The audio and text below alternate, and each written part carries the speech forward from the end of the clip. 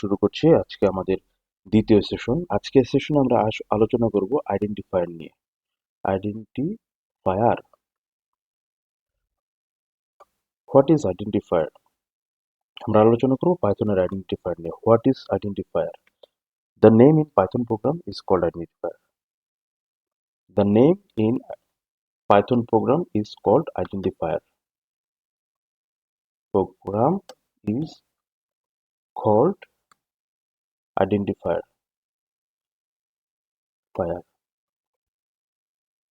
এই আইডেন্টিফায়ারটা এটা ভেরিয়েবলের নাম হতে পারে ক্লাসের নাম অথবা মেথডের নাম। বাট মনে রাখতে হবে the name in Python program is called identifier. প্রত্যেক ল্যাঙ্গুয়েজে আইডেন্টিফায়ারকে ডিক্লেয়ারের জন্য কিছু কিছু রুলস ফলো করা হয়। পাইথন প্রোগ্রামে কিছু কিছু রুলস ফলো করা হয়। এই রুলসটা হচ্ছে সবচেয়ে ইম্পর্টেন্ট, কারণ রুলস সম্বন্ধে যদি আমরা না জানি তাহলে বড় একটা প্রোগ্রাম যখন আমরা করার পরে যখন কোনো একটা এরর পাবো এই আইডেন্টিফায়ার জনিত সমস্যার কারণে, তখন ওই এররটা ধরতে আমাদের বেশ সময় লাগতে পারে আর কি।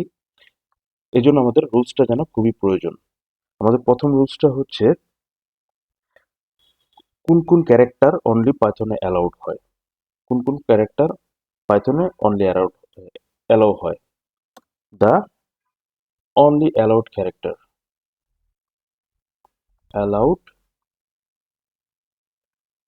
Characters in Python. এক্ষেত্রে সকল ধরনের আলফাবেটিক যে সিম্বলগুলো আছে, alphabet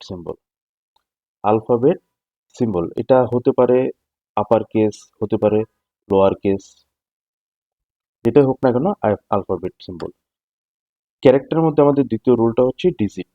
digit means digit 0 to 9 digit. আরেকটা হচ্ছে আমাদের সিম্বল আন্ডার স্কোর। এর বাইরে পাইথন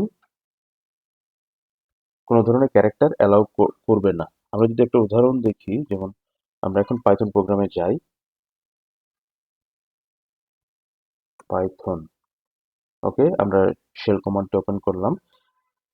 আমরা যে কোনো একটা অক্ষর যেমন x is equal to 10 আমি ডিফাইন করতে পারি। ভেরিয়েবল আইডেন্টিফায়ার আমরা x is equal to 10, x that means কোনো এরর নেই, এটা এলিজিবল। এখন যদি আমরা একটা ডিজিট দিয়ে শুরু করি, 10 is equal to x x 10 is equal to 10, x 10 that means এটাও অ্যালাউ হচ্ছে। এইভাবে আর আমরা আইডেন্টিফায়ার গুলোর জন্য ফার্স্ট রুলটা আমরা মনে রাখবো, the alphabet symbols upper case হতে পারে, লোয়ার কেস হতে পারে। দ্বিতীয় হচ্ছে ডিজিট 0 থেকে 9 এবং তৃতীয় হচ্ছে আন্ডারস্কোর। এর বাইরে পাইথন অন্য কোনো ধরনের ক্যারেক্টার অ্যালাউ করে না। দ্বিতীয় বিষয়টা মনে রাখতে হবে যে পাইথনের যখন আইডেন্টিফায়ার গুলো আমরা ডিক্লেয়ার করব, সেটা should not be start with digit, should not start with digit. আমরা একটা উদাহরণ দেখি।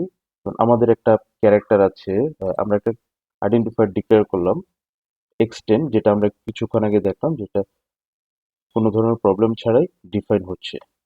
আমরা কি 10x সমান সমান 10 ডিক্লেয়ার করতে পারবো? আমরা একটু দেখি। 10x সমান সমান 10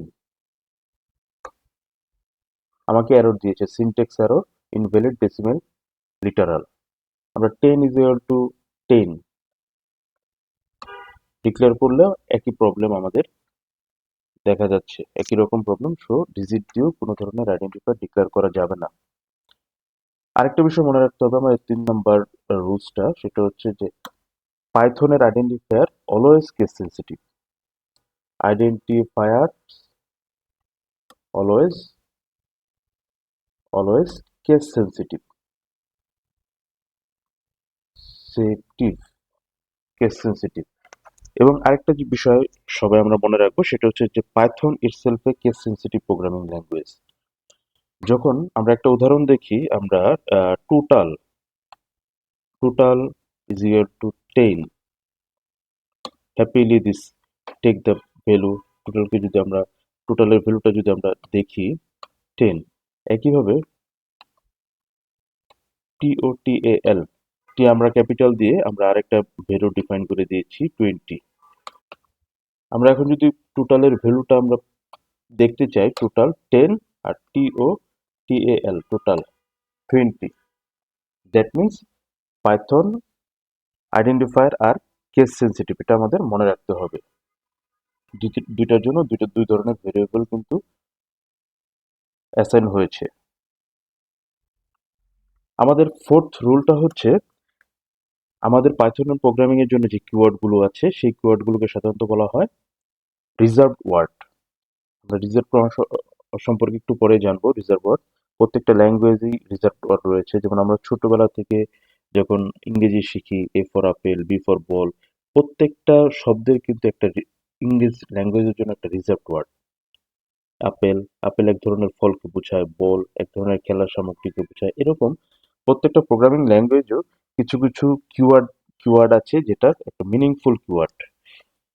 এই কিওয়ার্ডগুলো রিজার্ভ ওয়ার্ড হিসেবে ব্যবহৃত হয়। তো পাইথনে যে রিজার্ভ ওয়ার্ডস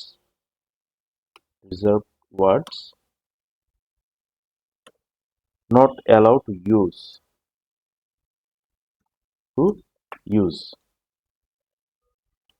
আমরা একটা উদাহরণ দেখি, যদি ইফ ইজ ইকুয়াল টু 10 আমরা যদি ডিফাইন করি, 10 ভ্যালুটাকে ইফে আমাদের একটা এরর দিয়েছে, syntax error, invalid syntax. That means if একটি রিজার্ভ ওয়ার্ড এবং এই রিজার্ভ ওয়ার্ডটাকে পাইথনের আইডেন্টিফায়ার হিসেবে ইউজ করা যাবে না।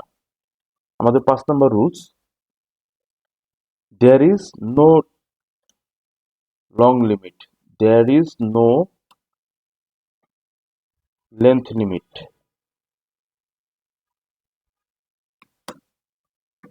এটা মানে হচ্ছে আমি এখন আইডেন্টিফায়ার হিসেবে 1 2 3 4 5 6 7 8 9 10 এরকম অনেক বড় একটা লেন্থের আমরা একটা আইডেন্টিফায়ার ডিক্লেয়ার করতে পারবো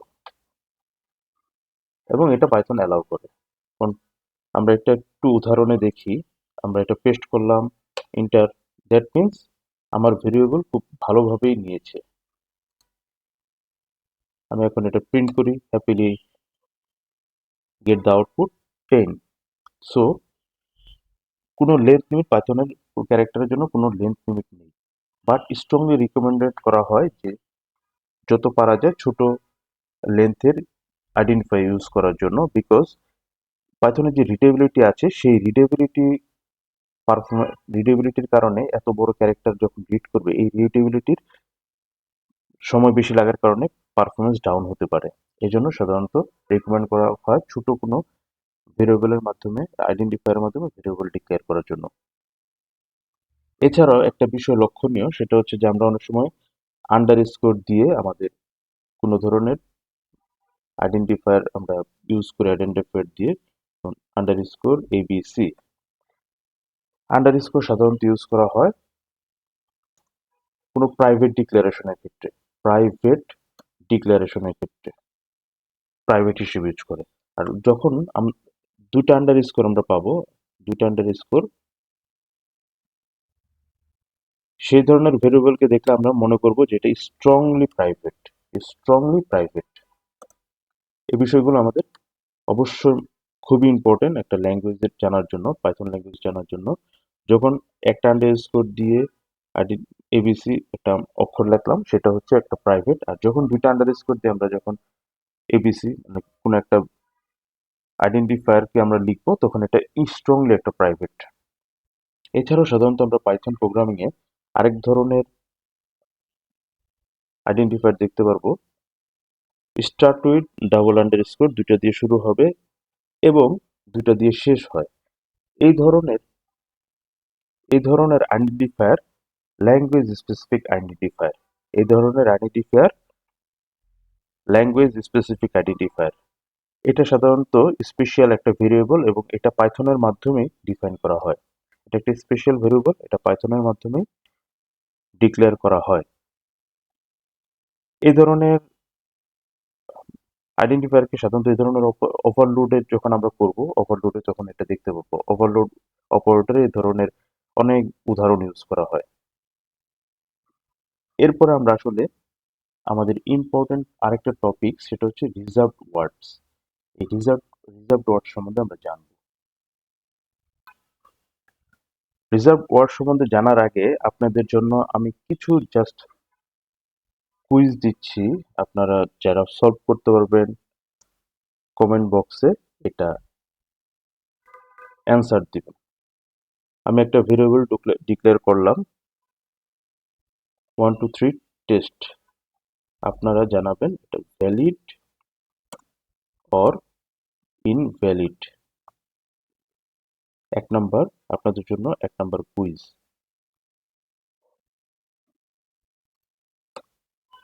2 নাম্বার হচ্ছে 4 is equal to 30, valid or invalid.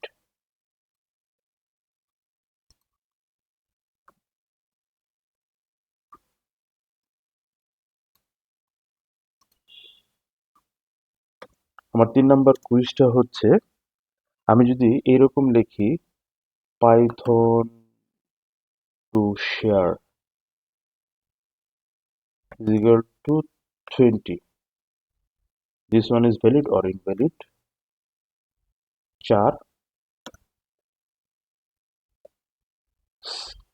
cash, CA dollar sign S, cash is equal to 10.5, valid or invalid? আরেকটা আমি উদাহরণ দিচ্ছি, আরেকটি আন্ডারস্কোর এবিসি আন্ডারস্কোর এবিসি সমান সমান 30, valid or invalid?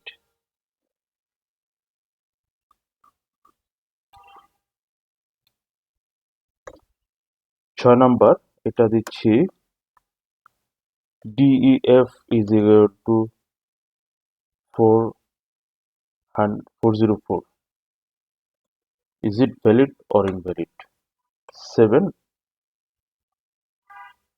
and last one underscore double underscore p double underscore সমান সমান 31, valid or invalid? Comment বক্সে আপনাদের উত্তরগুলো আমাকে জানাবেন। এটা আপনাদের জন্য অ্যাসাইনমেন্ট। সবাইকে ধন্যবাদ। আগামী সেশনে আবার কথা হবে।